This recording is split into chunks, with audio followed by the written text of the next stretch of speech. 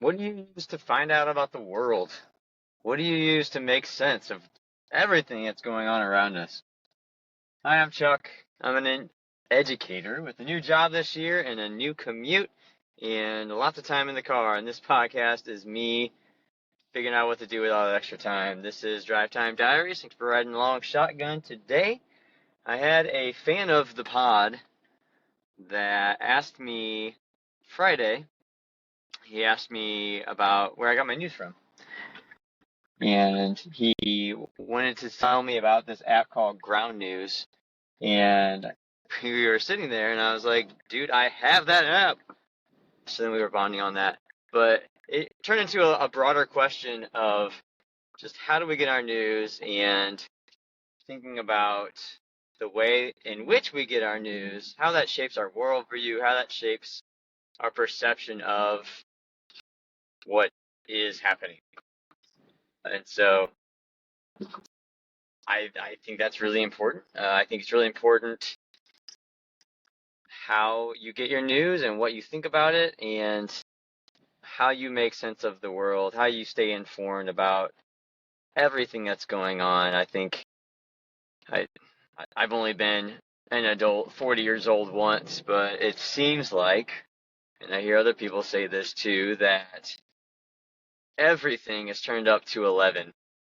That's a Spinal Tap reference. Google it or ask your parents. But it seems like everything is turned up to 11 these days. Politics and its polarization turned up to 11.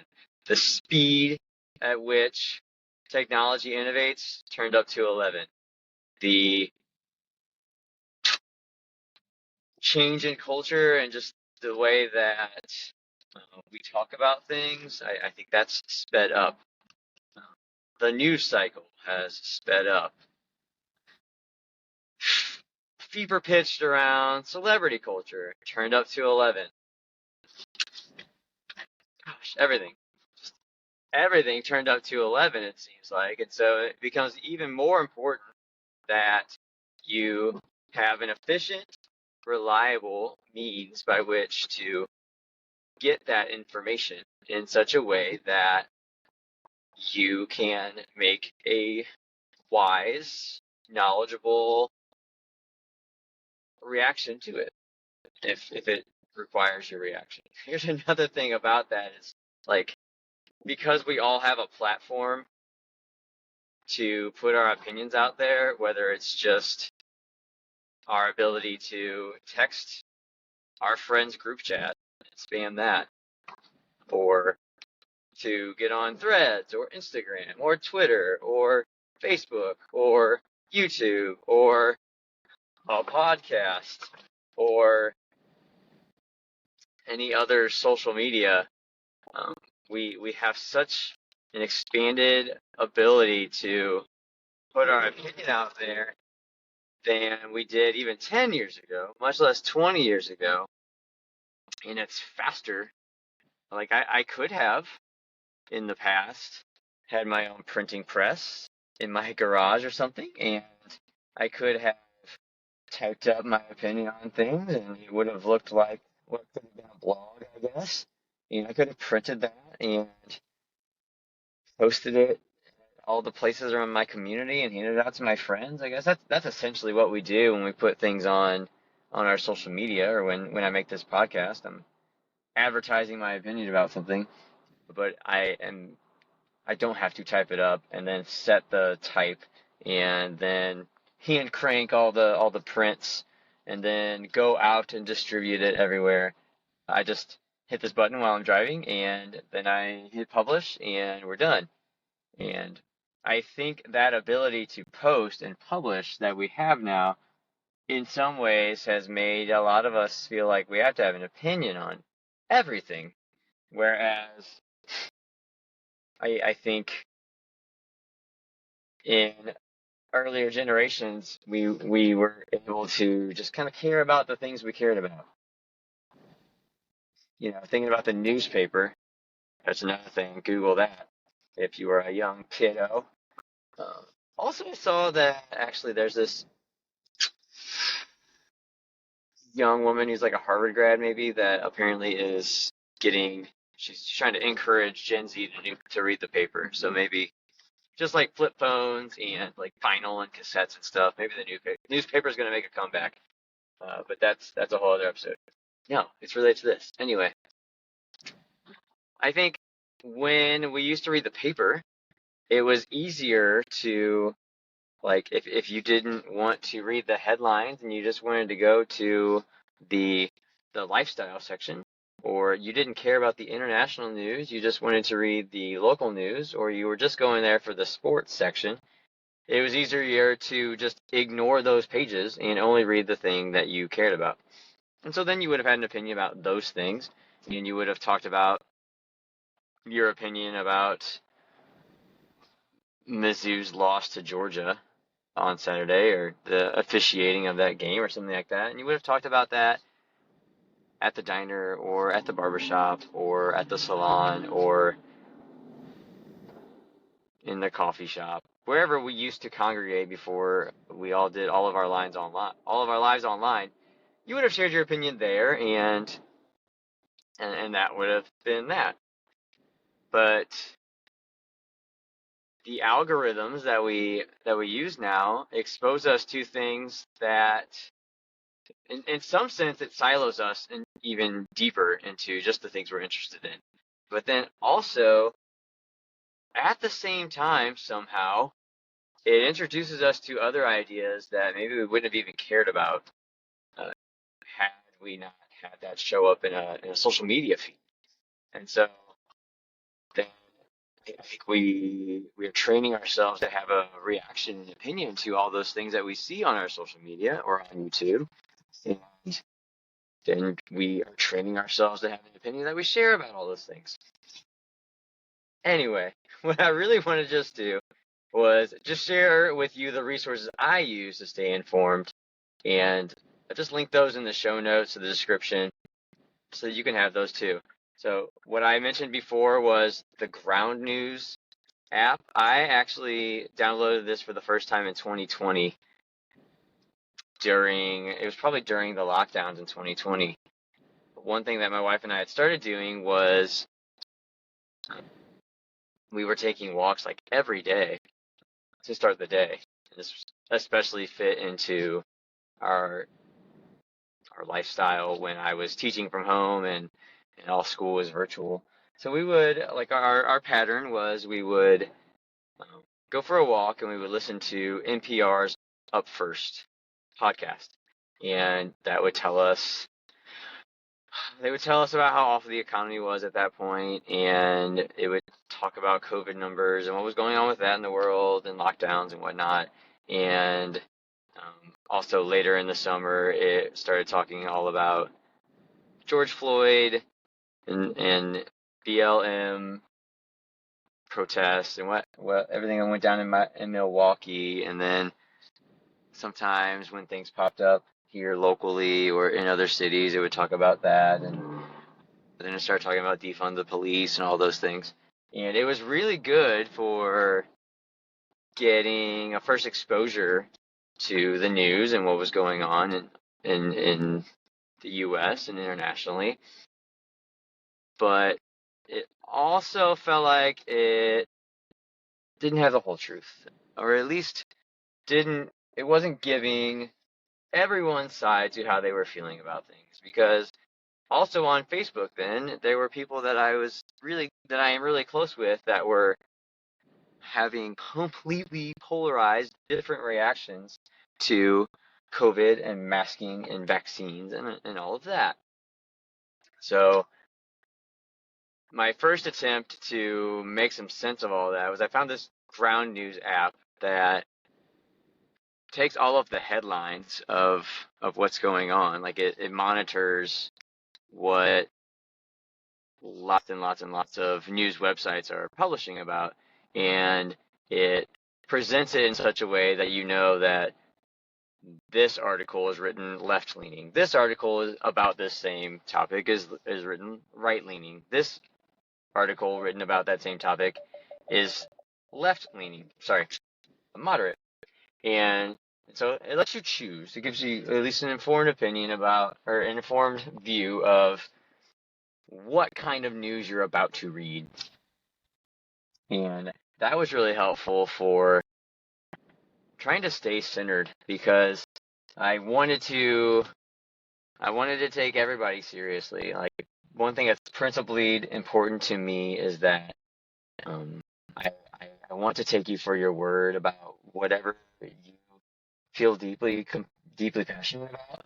And so that means that the same people that were deeply passionate about social distancing and lockdowns and masks, the same people that were deeply passionate about you limiting all my constitutional freedoms, I had to take both of those people at their word that that was what they thought was best.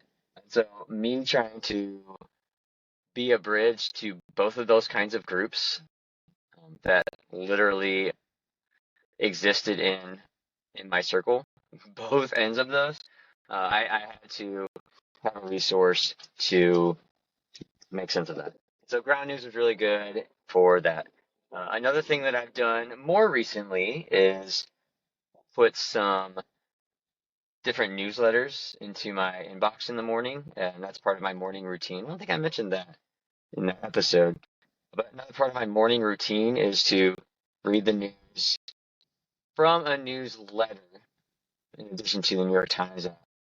My favorite newsletter that I would share with you, it's called the Pour Over, and it gives all the headlines, and then it gives a scripture after like each headline, and it gives kind of a Christian eternal perspective onto that without being like uber conservative, which I know would turn off some people. It just presents scripture that it would be relevant to it, and oftentimes would like give you a prayer to kind of pray about that, and then it moves on. And that's really helpful for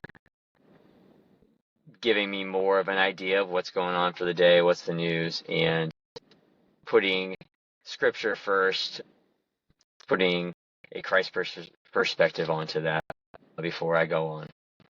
Another newsletter that I use that I think I'm pretty sure I signed up for because it said it was a balanced perspective is one called 1440. I'll link that one in the show notes also. And the last thing I want to talk about is just podcasts and getting perspective from different podcasts. There's one that my sister listens to often that um, is called The Holy Post. It is, if you ever heard of Veggie Tales, it's actually hosted, or it was started by the Veggie Tales creator. This has it's called The Holy Post. It has a Christian leaning to it, but I also felt like it's fair. And they always try to talk about like what's going on and give a little bit of not preaching in it, but just like perspective. And if everybody has a leaning or a perspective that they prefer, I think, and I think that's okay, as long as you are either just completely exposing yourself to what the other side, the other viewpoint is, or if your viewpoint, perspective, worldview is more moderate, that you are exposing yourself to more moderate things. So I don't think just because something is published specifically with a Christian worldview, which, by the way, is this podcast also, doesn't mean that it's going to be an unhealthy source for news. It's just a matter of the way that they are going to talk about the truth and how they are going to perceive and present information. And every time that news or events are presented, or culture is presented, it has a little bit of inherent interpretation in that because of creative process of creating. In the process of putting content together, you are doing an interpretive act in that. And so it's just a difference, in my opinion, of in that interpretive act as you're creating. Do you give both sides? Do you just give one side? Do you give all the way to one leaning or the other? just what's your interpretive decision as you're doing that. And so Holy Post is a podcast that I listen to sometimes, especially when my sister recommends that episode, that they talk about the news and current events and the culture, things like that. I've talked about this one before on a different episode about slang or being cringe, that episode.